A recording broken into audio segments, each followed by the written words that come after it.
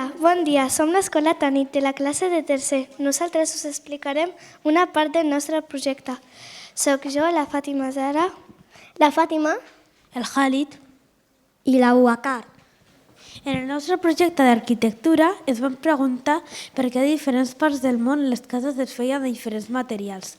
Després hem vist els materials de construcció i hem vist que tenen diferents propietats. I ens vam preguntar si la roba escalfa.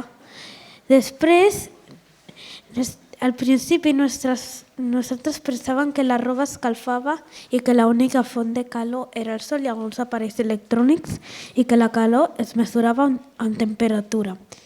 I ens vam preguntar, què és la calor? Quina cosa de casa o de l'escola generen calor?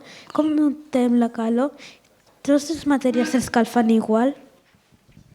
I després d'haver dit aquestes idees vam observar i vam tocar els diferents materials.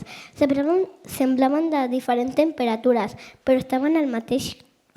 Després vam anar a les hipòtesis. La temperatura que té un objecte depèn del material.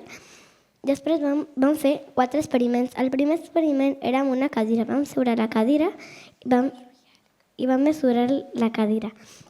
Després vam esperar i vam veure que la cadira havia pujat una mica. Havia pujat una mica la temperatura. Després vam calentar una femella i un cargol. Vam mesurar la temperatura de l'aigua i la vam ficar dins de l'aigua. I vam veure que havia pujat 1 graus. I el tercer experiment era amb una bufanda.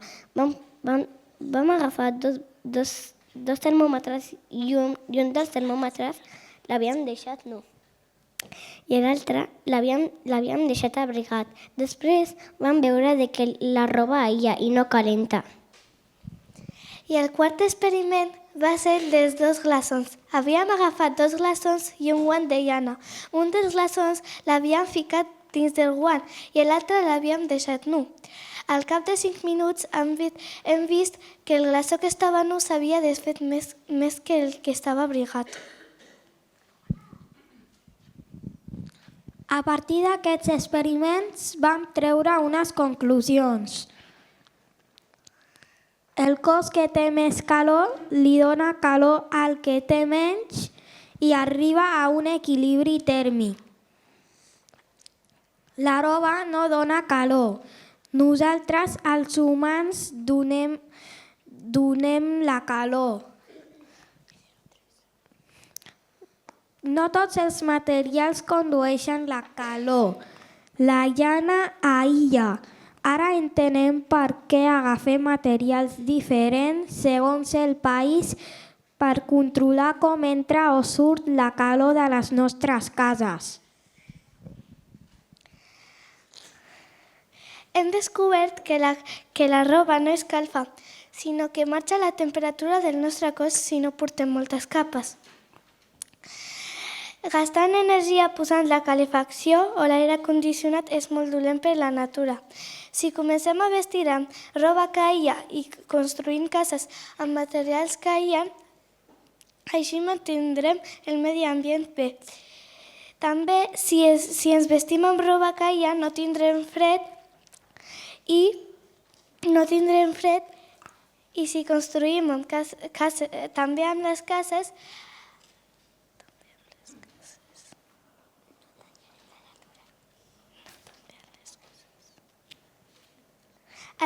també amb les cases per no gastar calefacció ni aire condicionat. Fins aquí la nostra presentació. Moltes gràcies a tothom. Vam tenir una primera reunió amb tot l'equip directiu i les professores de diferents cursos i ens van explicar què és el que estaven fent, quins eren els projectes, i arrel del que ens van explicar els vam aconsellar, els vam proposar diferents alternatives per poder contribuir amb ells. En el cas del projecte que han dut a terme l'alumnat de tercer sobre si la roba ens abriga o no, neix una mica arrel de posada en comú de la conductivitat tèrmica o aïllant dels diferents materials, i a partir d'aquest contingut teòric el professorat l'ha aprofitat en en el procés de recerca que han dut a terme i, a més, doncs, també els hi vam proposar alguns tipus d'exemples pràctics, senzills, que poguessin dur a terme a l'escola amb recursos o amb material senzill per tal de que l'alumnat ho veiés, no? Ho pogués tocar de primera.